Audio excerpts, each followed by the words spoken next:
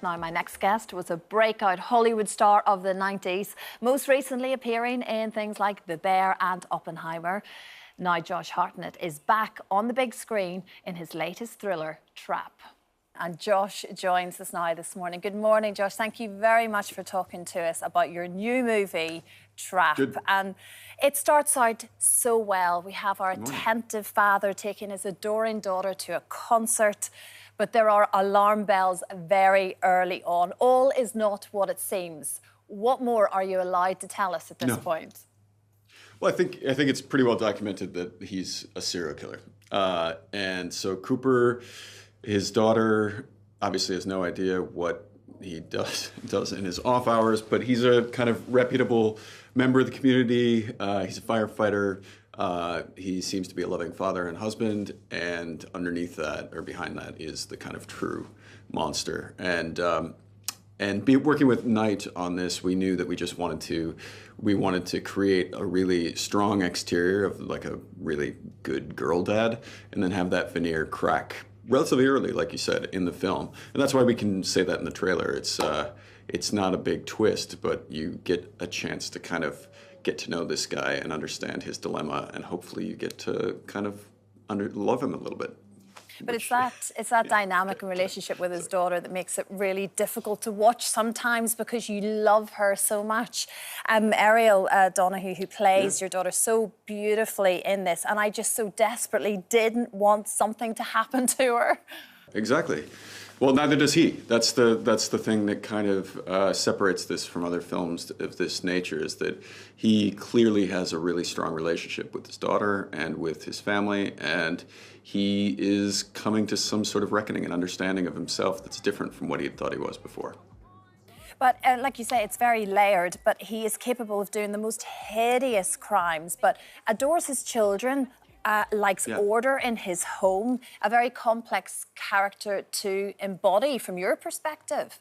Very complex, but also a lot of fun. Like, the thing that I want to get out there that I want people to understand is that this movie is meant to be a lot of fun. It's a ride, it's like a 90s style thriller taken from a totally different angle, so that you're seeing the antagonist as the protagonist, which you usually wouldn't. I guess it's kind of like seeing Die Hard from Hans Gruber's perspective. Like, it's supposed to be a fun romp. This is just Knight's twisted way of getting in there. Yeah, it definitely is that. I mean, the concert, Lady Raven's concert, that all of the youngsters are absolutely crazy about going to, and of course your character takes the daughter, but the concert is in fact a major police trap, which is an interesting dynamic and an interesting place to create the tension. There's the juxtaposition of this very dangerous character in the midst of a sea of screaming fans, right? It's not supposed to be... for me as an actor, it was a character study, but from an audience perspective, it's supposed to kind of, that juxtaposition is supposed to be, scintillating and fun, and you never know what's going to happen next because of the sort of odd nature of this pairing. But actually, that story, that concept came from a real life event, and that's why Knight started writing this screenplay from this perspective. Is that back in the 1980s, there was a bunch of felons that were offered a potential seat at the Super Bowl in the U.S. If they showed up at this convention center at a certain time. And they all showed up, and so there were cops dressed as cheerleaders, cops dressed as mascots, and they were all just like, they were there to have this sting and collect all these felons and put them in jail. And they all came willingly because this sting worked really well. I think it's the only time that ever worked. Obviously, Cooper hadn't heard about that before the film. You certainly got first-hand experience of how fantastic and indeed crazy it is to take daughters to a concert, because you went to Wembley like thousands of other parents recently to see Taylor Swift. I did. My daughters are Swifties, and they have enlisted me into that crowd. I've got it playing constantly. Every time I go into my car on my own now, it's still Taylor Swift. And then you're like, oh, wait, I can change this now. But when they're in the car, it's 100% Taylor Swift all the time. And so they brought me, I think, like a month ago. And that was the first big concert that they've gone to. I mean, they're young, 8 and 7 years old. So, yeah, it was quite an experience. And I got a chance to really understand the kind of fervor with which the audience responds to the artist on stage, and the sort of connection that they feel. It's it's remarkable. Yeah. It's And intense. indeed the bracelets. We can't forget the bracelets. That's very important as well, Josh. I have The to bracelets.